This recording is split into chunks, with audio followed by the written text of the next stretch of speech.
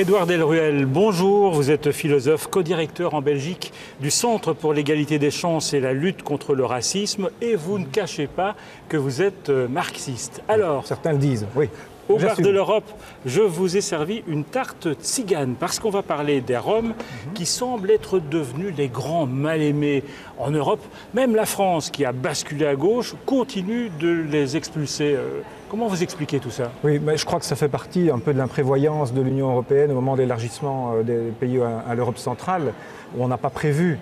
Moi, ce qui me fait fort peur dans la problématique des Roms, c'est qu'on mêle des problématiques très différentes. Le cas des Roms d'Europe centrale, qui est principalement des problèmes de pauvreté, avec des populations qui sont d'ailleurs là-bas sédentaires, pas spécialement des nomades, avec les gitans d'Europe occidentale qui ont leurs propres problèmes, qui sont parmi nous depuis des siècles, qui parlent français ou allemand ou néerlandais, qui ont leurs problèmes spécifiques, leurs discriminations spécifiques, et l'Europe est en train d'ethniciser en réalité cette question. Donc non seulement on a un gros problème, mais en plus je pense qu'on prend une mauvaise direction en ethnicisant le problème, en faisant comme s'il y avait une communauté de Roms, alors qu'on a des communautés extrêmement hétérogènes, avec des problèmes tout à fait différents, et que ce que l'on risque de faire pour les Roms risque peut-être aussi de détruire les petites choses qu'on avait réussi à faire pour les gitans occidentaux. Donc je suis assez inquiet sur ce dossier. Mais disons les choses simplement, personne n'apprécie d'être accosté dans la rue par un mendiant rom.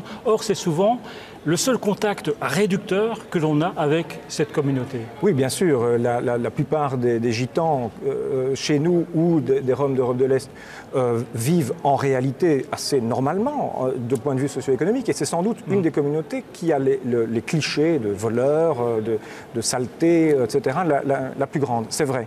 Mais surtout, on a des problèmes tout à fait différents. Les Roms d'Europe de l'Est et d'Europe centrale, ce sont là des problèmes d'exclusion économique, de non-accès non seulement à l'emploi, à la formation des populations qui sont tout à fait exclues. Et c'est ça évidemment qui crée ce problème, et ce n'est pas tellement le mode de vie. Le mode de vie est autre chose qui pose parfois un problème. Donc qu'est-ce qu'il faut faire? Il faut qu'ils s'intègrent en fait dans leur pays, la Roumanie, la Bulgarie, mais on voit que ça ne marche pas. C'est d'abord un problème socio-économique pour toute l'Europe et pour ces pays-là, et c'est pour ça que je parlais d'imprévoyance de la part de l'Union européenne. Et puis il y a des problèmes qui sont des problèmes plus classiques de discrimination concernant les gitans occidentaux, et donc il faut des solutions différentes à des problèmes qui sont en fait des problèmes différents. Alors je vous arrête parce que vous le voyez, des petits parasites qui apparaissent ici, et derrière ces parasites, quelqu'un qui veut vous poser une question, on l'écoute. Bonjour Monsieur Delruel, je m'appelle Michel Van Embos et je suis le président de Gaia, l'association belge qui défend les droits des animaux. Alors j'aimerais vous poser une question sur un sujet dont l'importance est fortement sous-estimée, l'abattage rituel. L'Union européenne impose pour tout abattage d'animaux l'étourdissement, donc pour éviter toute souffrance inutile aux animaux. Mais la loi fait une exception pour les abattages qui se font dans un contexte plutôt religieux, donc selon les traditions musulmanes et juives. Alors, bon, abattre des animaux sans étourdissement, ça fait souffrir énormément les animaux. Je l'ai vu de mes propres yeux. Alors, ne croyez-vous pas que, dans l'intérêt, bien entendu, du bien-être des animaux, mais aussi dans l'intérêt de vivre mieux ensemble, d'une meilleure entente entre les communautés, qu'il faudrait que l'Union européenne ne fasse aucune exception à la règle, ne tolère aucune exception. Parce que cela enlèverait aussi un argument à tous ceux qui veulent stigmatiser toute une communauté comme barbare. Réponse? Oui.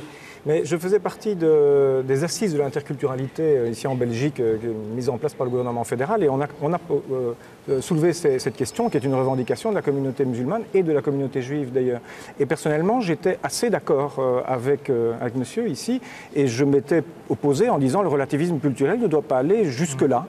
Alors bon, peut-être qu'il y a d'autres solutions entre le tout et rien, il y a peut-être d'autres solutions techniques, je n'en sais rien, mais je suis assez d'accord globalement que ce n'est pas parce qu'on a une spécificité religieuse ou culturelle qu'elle doit primer sur d'autres valeurs, sur d'autres normes, normes, en l'occurrence ici la non-souffrance des animaux, ou l'hygiène, ou aussi la neutralité de l'État, ou d'autres valeurs. Donc je pense que c'est toujours une discussion qu'il y a à avoir, mais je serais relativement d'accord avec ce que monsieur vient de dire. Alors, question d'un internaute, Mathias Becherel de Honfleur. On ne va pas tourner autour du pot. Ce n'est pas l'étranger qui nous fait peur, c'est l'étranger musulman que l'on soupçonne de vouloir nous envahir, nous convertir et saper nos chères valeurs chrétiennes. Et si tout n'était pas faux? Voilà, tout évidemment, dans la dernière phrase. Oui, mais d'abord, l'islam, c'est une réalité en Europe. Pour moi, ce n'est pas l'islam qui pose un problème, c'est peut-être deux choses, si on y regarde un peu plus près. Un, c'est l'islamisme, mais ça, c'est un phénomène politique.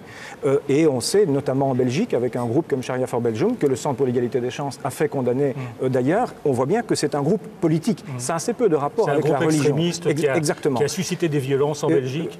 Exactement, des violences verbales, mais aussi des violences quasiment physiques et qui ont été condamnées pour incitation à la haine. Alors ça, c'est l'islamisme. Et puis il y a un autre problème qui, je crois, n'est pas spécifiquement musulman, mais que j'admets qu'il faut mettre sur la table, qui est le fait que certaines populations de diaspora, alors musulmanes, mais pas seulement, ont réinventé en contexte diasporique des modes de vie que je vais appeler patriarcales avec des gros guillemets. Quand on regarde les problèmes interculturels, ce sont tous des problèmes en fait pas tellement liés à la religion, mais liés aux relations hommes-femmes. C'est le foulard, c'est le refus de servir sous l'autorité d'une femme, c'est les mariages arrangés, etc., etc. Et on voit tous ces problèmes, l'homophobie également, le sexisme, c'est-à-dire tout problème lié à la réinvention en contexte diasporique de ce qu'on pourrait appeler du patriarcat. Mais ça, c'est pas spécifiquement musulman, ça existait dans nos campagnes il y a 50 ans, ça existe aussi avec la communauté hindoue en Angleterre, par exemple, donc ce n'est pas une spécificité musulmane. Donc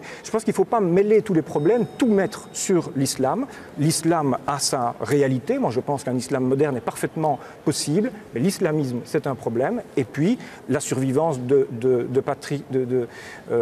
modes de vie patriarcaux, c'est évidemment quelque chose que nous devons combattre parce que nous tenons évidemment à l'égalité femmes-hommes et au respect de toutes les identités sexuelles. Mais c'est vrai que l'étranger musulman fait peur. Cela dit, pour vous, l'immigration, c'est une chance pour l'Europe ? Oui, c'est surtout une réalité. C'est une chance et une malchance parce qu'on peut voir aussi les faces négatives de la migration, notamment la mise en concurrence des travailleurs, si je peux me faire mon marxiste de 2 minutes, parce qu'il y a évidemment de ça. Les entreprises ont intérêt à une migration, voire même certaines entreprises à une immigration illégale, parce que les sans-papiers, évidemment, sont des prolétaires que l'on peut beaucoup plus facilement exploiter que les autres. Et au niveau de l'Union européenne, c'est entre 2,5 millions et 4 millions de sans-papiers. Ils travaillent tous ces gens travaillent en réalité, et donc permettent à certains secteurs, dans l'ORECA, dans le bâtiment, dans le nettoyage, de continuer à faire du surprofit, parce que ces entreprises ne peuvent pas délocaliser. Et donc ça, c'est la face négative de la migration. Maintenant, la migration, c'est une réalité, et c'est une réalité évidemment positive. Nous avons besoin de la migration pour produire économiquement, pour nous agrandir aussi culturellement, pour nous enrichir à tout point de vue. Aussi démographiquement, l'Europe, on le sait, est une population vieillissante, surtout les vieux pays de l'Europe. Donc en réalité, il n'y a pas à se dire que la migration c'est bien ou c'est mal, c'est les deux à la fois. Et donc, quand il y a les deux à la fois, on a besoin de quoi? D'une politique. Et actuellement, nous n'avons pas en Europe de politique migratoire. On a une police migratoire, on a une gestion, policière, administrative, mais on n'a pas de réelle politique migratoire. Édouard Delruel, merci d'être venu au Bar de l'Europe. Et on va s'attaquer non pas aux Roms, mais à cette tarte tzigane. Avec plaisir.